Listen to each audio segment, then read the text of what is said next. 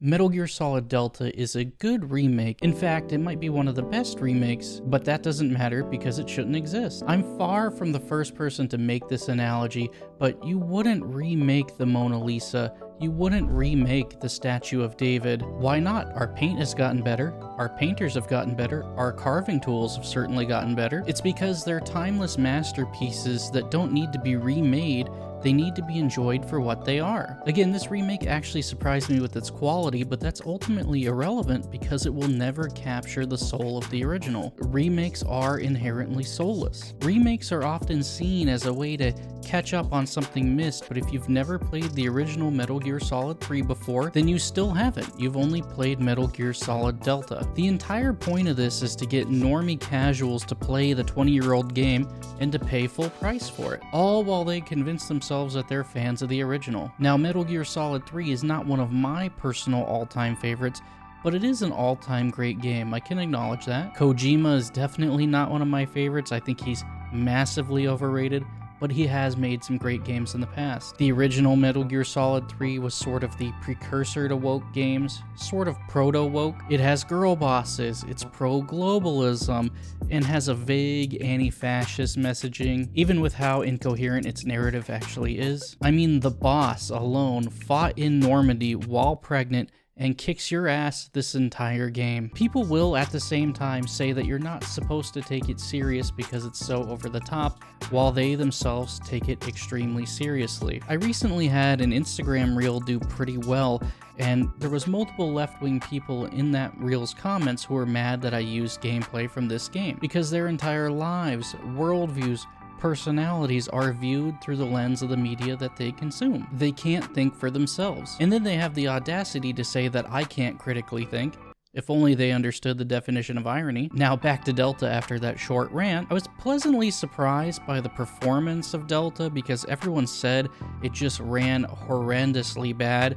And I had a few frame drops, but for the most part, it ran perfectly fine for me. Now, I just set the game to performance mode and then upped some of the settings from there, and I was basically good to go. Maybe I just got lucky, but I was genuinely happy with the performance that I had. That being said, the majority of players seem to have had severe issues, so definitely keep that in mind. That's par for the course for Unreal Engine 5.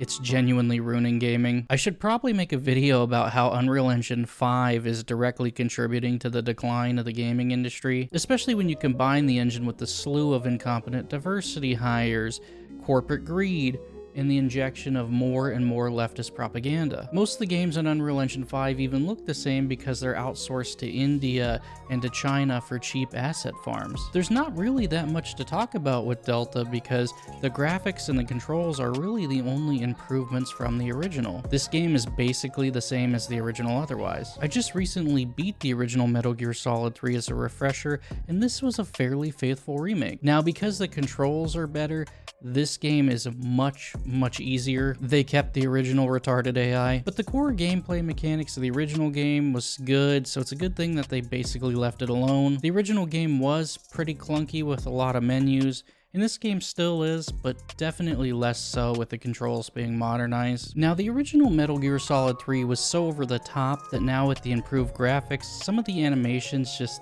don't look that great. One of the benefits of older games with less detailed graphics is the animations don't suffer, but with hyper-realistic graphics, that can happen, and it definitely happens here. This game keeps the PlayStation 2 animations, but has PlayStation 4-ish graphics. They don't really mesh that well. Despite the game being modernized, they left in the loading screens, which I just don't get. Metal Gear Solid 3 has very small areas of the map.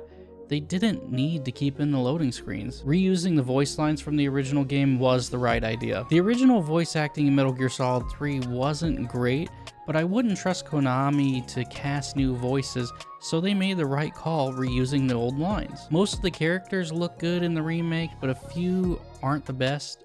Ocelot looks awful.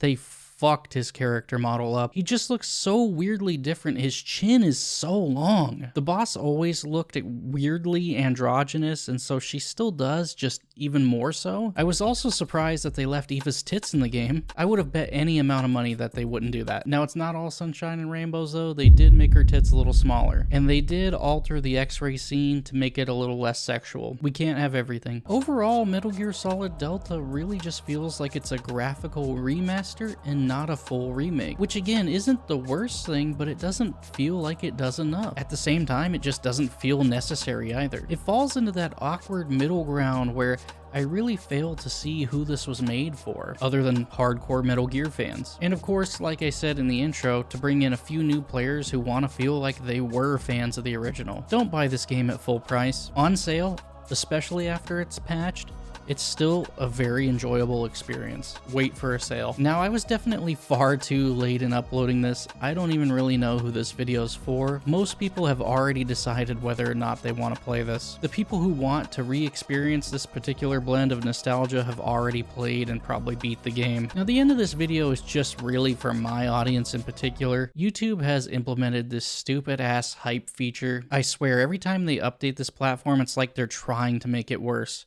Now, liking, subscribing, commenting, turning on post notifications isn't enough on its own. You should still do it though. So if you really dig the content, try to hype it as well. Anyways, guys, if you enjoyed this video, like, subscribe, turn on post notifications, all that good shit. Comment down below letting me know what you thought of the video or what other videos you want to see from me in the future. Become a channel member.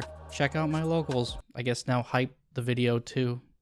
Fucking YouTube. But as always, guys, this has been your boy Drinker, and I'm out here. Peace.